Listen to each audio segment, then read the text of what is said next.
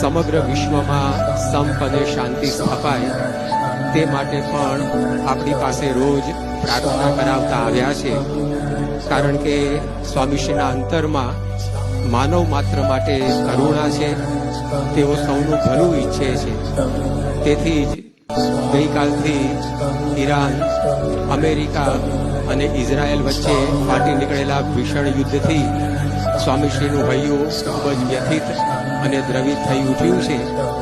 અને દ્રવિત થઈએ તેઓએ આપણને સૌને આજે આદેશ આપ્યો છે કે આ જે ભીષણ સંગ્રામ શરૂ થયો છે તે વહેલી તકે વિરામ પામે. યુદ્ધની આ વિભીષિકામાં, કરુણાંતિકામાં અત્યાર સુધી જેટલા લોકો ખોરાઈ ચૂક્યા છે તેઓના મૃતકોના આત્માને શાંતિ મળે. જેઓ ઘવાયા છે તો વહેલામાં વહેલી તકે પુનઃ સ્વાસ્થ્ય પ્રાપ્ત કરે.